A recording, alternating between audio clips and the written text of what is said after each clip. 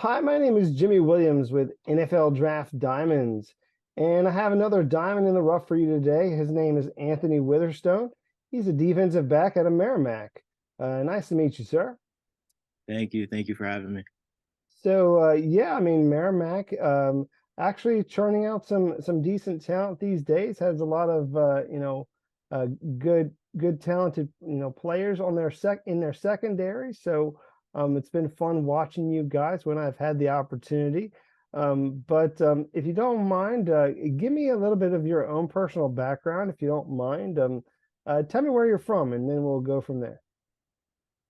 Yeah. My name's Anthony Witherstone. I'm from the small state of Rhode Island. I grew up in Warwick, Rhode Island, and I also claim North Providence, Rhode Island as well because I moved back and forth.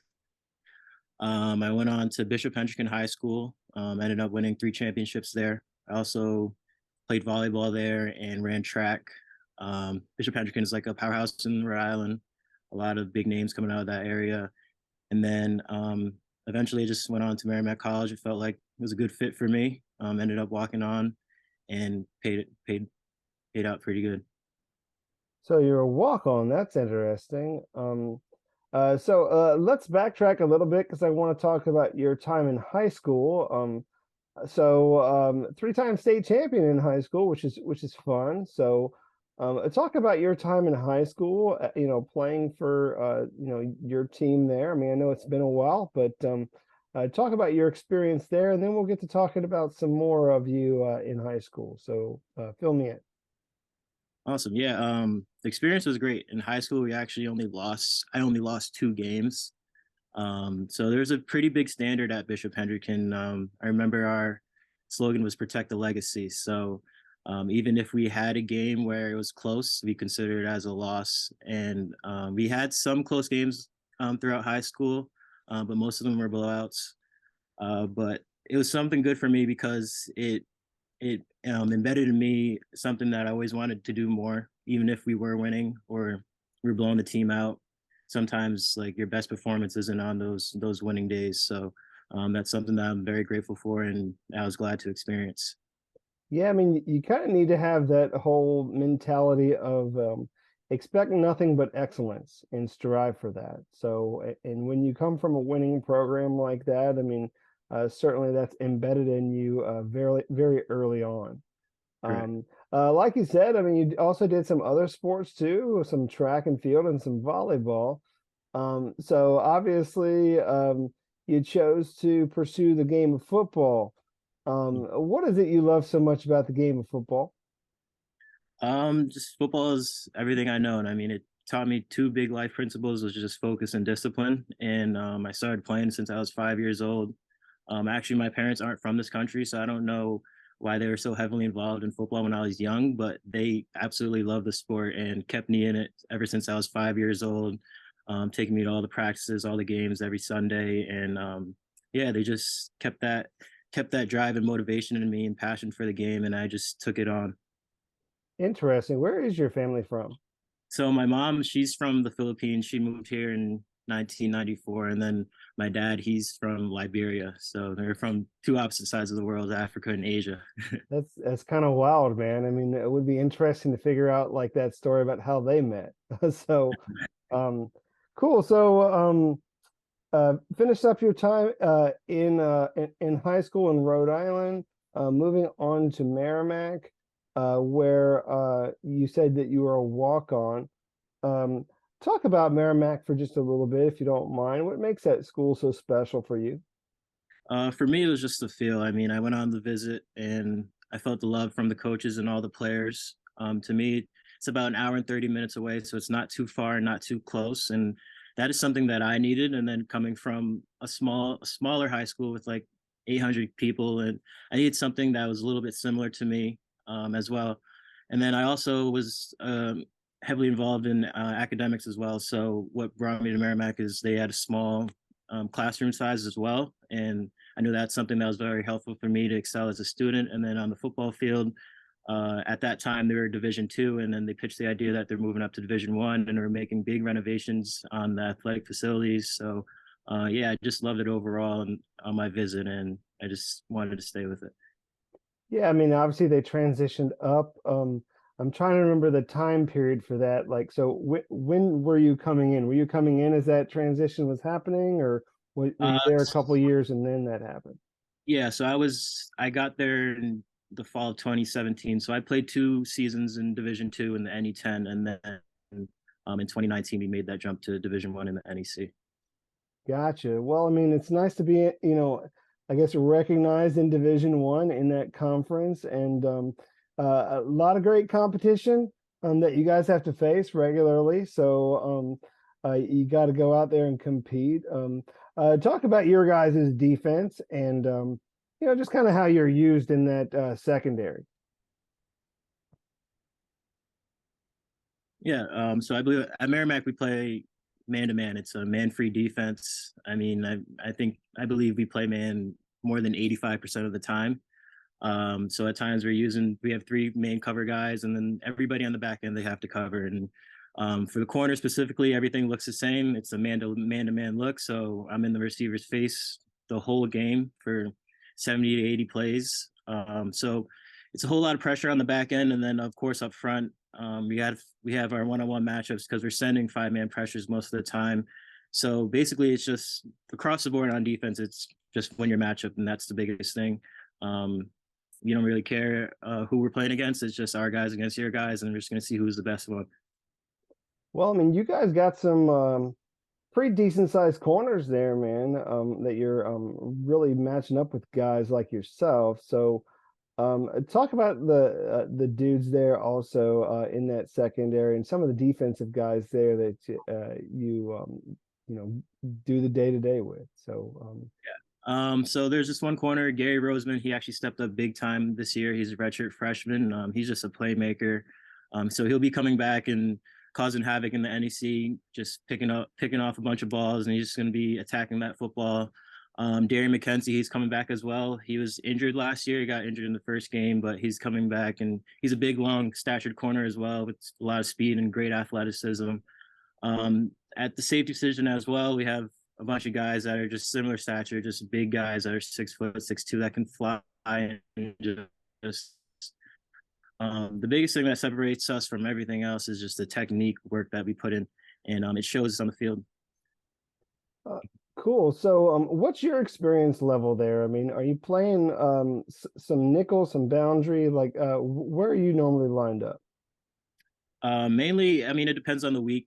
This year, I was playing mainly outside, but sometimes, whatever the game plan is, it's either Ant, you're covering this guy the whole game, and you're going to follow him whether he goes in the slot, outside, inside, in the backfield. So it changes by week, but mainly I'm usually on the outside playing press man, but I also am comfortable playing in the slot, playing up in their face or 4 or 5 yards off as well.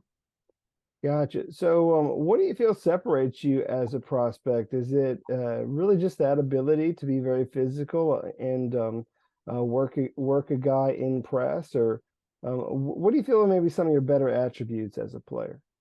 Yeah, yeah, you nailed it on the head. I mean, I feel like my technique is something that separates me. I'm very technically sound. There's a whole bunch of cues and coaching points that I've been taking from my positional coach for the past 5 6 years. So and also I'm a smart football player. I mean, I understand leverages and where my help's going to be, and where the receiver's lining on the field, whether it's inside the numbers, outside the numbers, on the hash, and what routes can be run out of there. So I feel like technique and experience play a big part in my game, as well as my athleticism and size that matches up as well to be a press man corner. Cool. So, let's get talking a little bit more about football. First off, you again said you were a walk-on.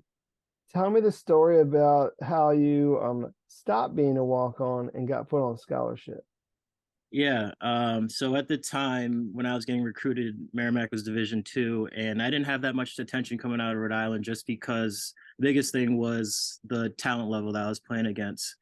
So I only went on 3 official visits. I had a PWO from my hometown school of University of Rhode Island, and obviously Merrimack at the time.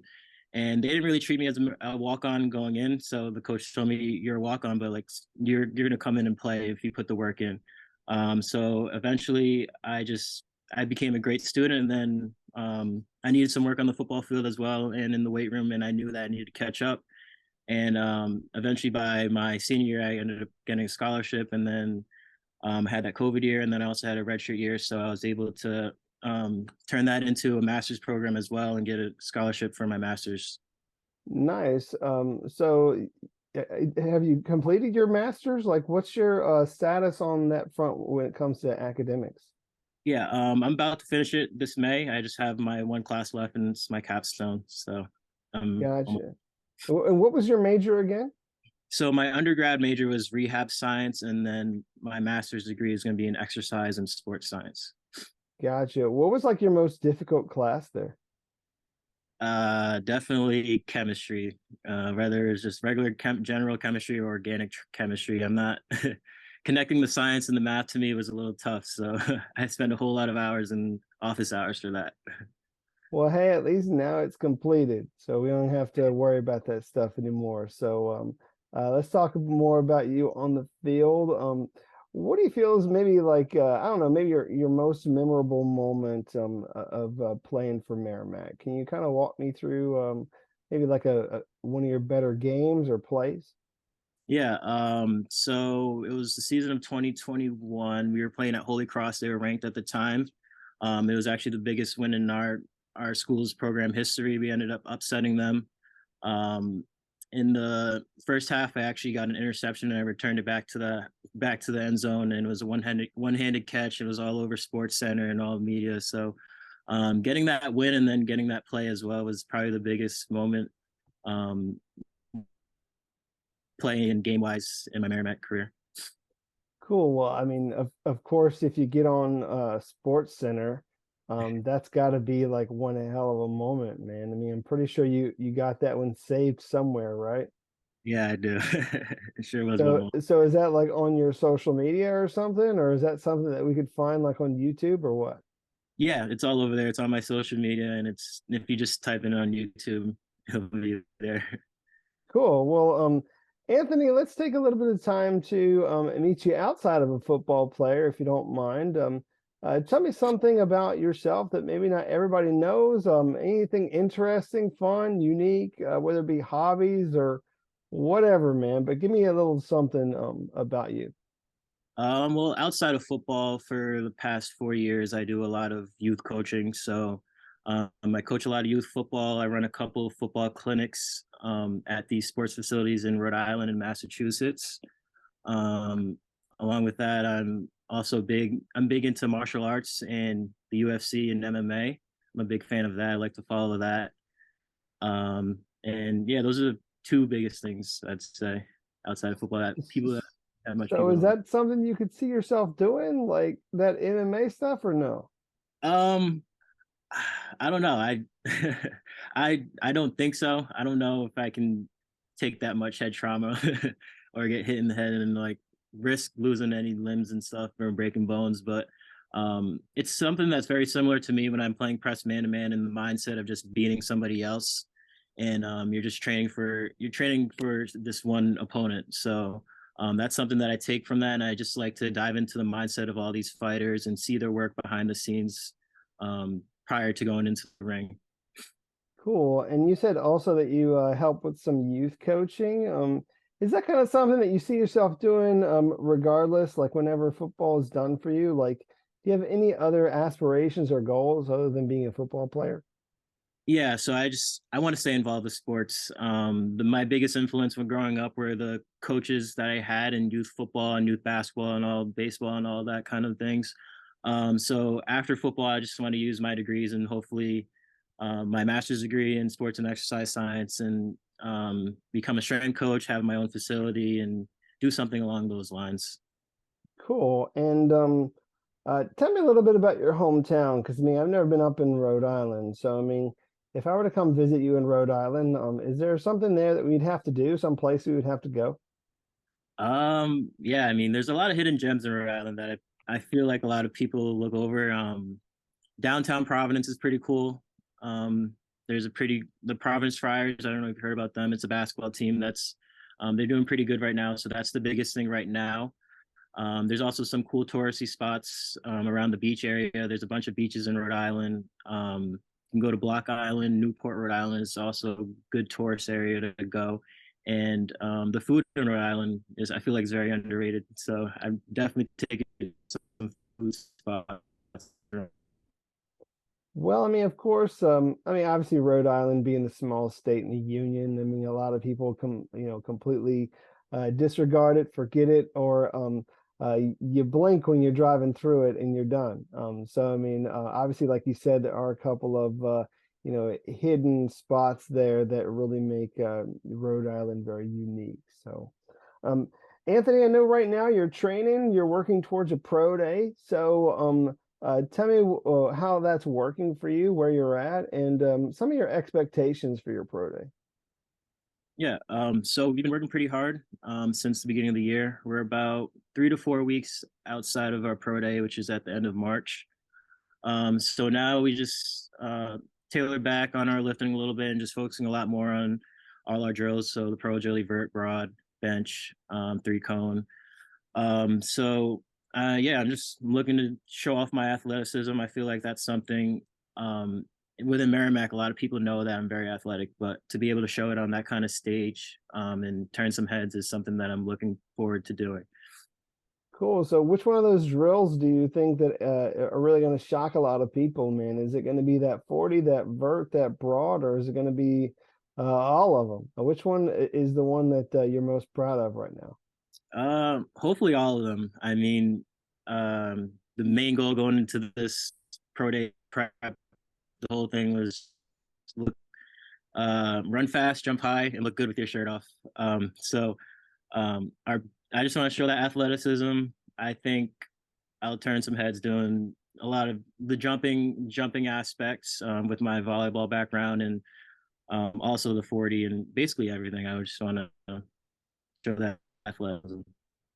Yeah, I have in my notes, at least at some point or another, obtaining some numbers from you, and one of them was a really good vertical jump. So I mean, which is around the 40 mark. So that's kind of an awesome thing. So hopefully you'll be able to do that in front of a whole bunch of scouts. So Anthony, it's been good talking to you and hearing about your story. So, why don't we go ahead and wrap things up and allow you really just to talk to all those scouts out there. Tell them why you would make a great addition to their team and why they should sign you and bring you into their franchise. So, go ahead and close us with that. Yeah, I think you said it earlier. If you're looking for that diamond in the rough, the player that's the sleeper in this upcoming draft, somebody that'll come in and make an impact. I'm your guy. I'm a big stature corner. Somebody that embraces all four special teams and somebody that's big and fast and is very athletic and versatile on the back end. Somebody that can play safety or cover linebacker, cover tight ends, cover wide receivers, cover slots. So basically just somebody that will be a fitting piece for your team and somebody that is very comfortable in those man-to-man pressure situations. Cool. Well, Anthony, it's been nice talking to you and hearing about your story. So, I do wish you very best of luck in this process. I mean, I know it can be a grind, but I know you've gotten through it before and you'll do it again. So, wish you very best of luck. All right. Thank you so much. Sure. Once again, Anthony Witherstone, defensive back out of Merrimack. Check him out.